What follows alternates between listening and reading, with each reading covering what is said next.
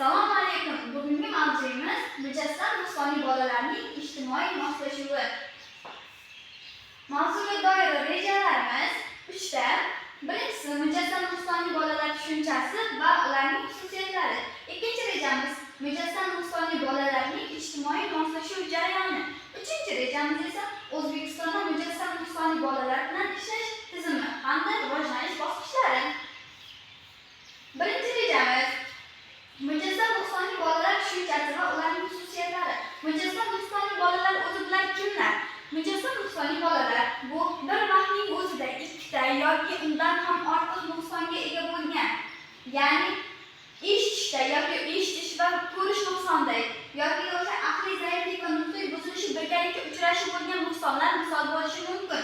Bunday bolalarning asosiy xususiyatlari idrok qilish, so'z, axborotni qabul qilishda qiyinchiliklarga uchrashi, nutq va muloqot muammolari, harakat faoliyatida cheklanishlar hamda mustaqil hayotga moslashishda qiyinchiliklar uchraydi. Mujassam nuqsonli bolalar bilan ishlash alohida yondashuvni talab etadi. Ular uchun individual ta'lim juda muhim hisoblanadi hamda individual ta'lim dasturlari, maxsus metodikalar, metodlar va psixologik, pedagogik yordam zarur hisoblanadi. Ilmiy jihatdan bu tushuncha Yevropa va Rossiya defektologiya maktablarida 19-asrning oxiri, 20-asrning boshlarida shakllangan. Shu jumladan Vygotsky 1920-1930-yillarda mujassam nuqsonli bolalar rivojlanishini, ijtimoiy muhitning muhimligini ta'kidlab o'tgan. Ikkinchi rejamiz mujassam nuqsonli bolalarning ijtimoiy moslashuv jarayoni. Ijtimoiy moslashuv bu nima? Mujassam nuqsonli bolalarning bu ijtimoiy moslashuvdagi roli qanday bo'ladi? Bu bolaning jamiyatga kirib borishi, ijtimoiy munosabatlarni o'zlashtira olishi va mustaqil hayotga tayyorlanish jarayoni hisoblanadi. Shu bilan birga aytib o'tish joizki, mujassam nuqsonli bolalarda ijtimoiy moslashuv bir nechta yo'nalishlarda olib boriladi. Ularga kommunikativ ko'nikmalarni rivojlantirish, ya'ni imo-ishora, alternativ aloqa vositalari, ya'ni o'ziga o'zi xizmat qilishni o'rgatish, ijtimoiy xulq-atvorni shakllantirish, mehnat va kasbga yo'naltirish.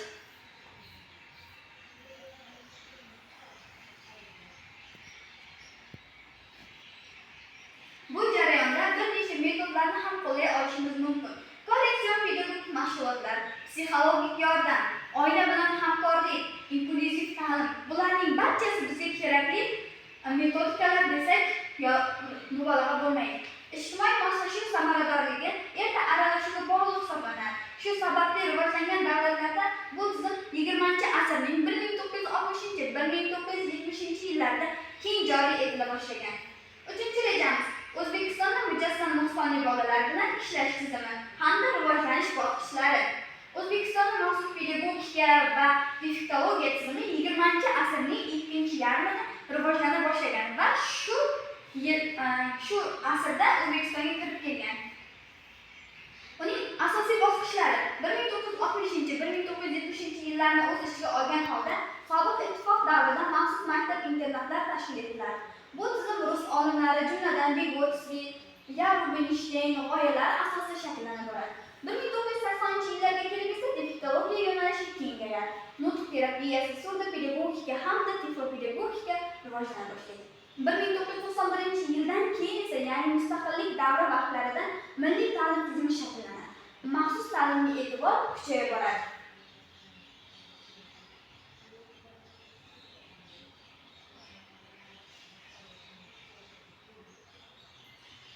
Va shuni ham aytishimiz kerakki, 1997-yil ta'lim to'g'risidagi qonun hamda kadrlar tayyorlash milliy dasturi qabul qilingan. Bu hujjatlar alohida ehtiyojli bolalar ta'limiga asos bo'ladi. 2000-2010-yillar oralig'ida inklyuziv ta'lim g'oyalari kirib keladi. Xalqaro tashkilotlar, shu jumladan UNICEF va hamda UNESCO bilan hamkorlik boshlanadi. 2017-yilga kelib esa nogironligi bo'lgan bolalarni qo'llab-quvvatlash davlat siyosati darajasiga ko'tarildi. Inklyuziv ta'limni rivojlantirish konsepsiyalari ishlab chiqildi. Shu jumladan 2020-yil inklyuziv ta'limni rivojlantirish konsepsiyasi deb hisoblana boshlagan. Bu jarayonda o'zbek olimlari Mamedov, Mardonov hamda Abdurahmonov kabi pedagoglar ham juda katta hissalarni qo'shib berishgan. Xulosa qilib aytganda yana mujassam nuqsonli bolalarning ijtimoiy moslashuvi murakkab, ammo muhim jarayon hisoblanadi.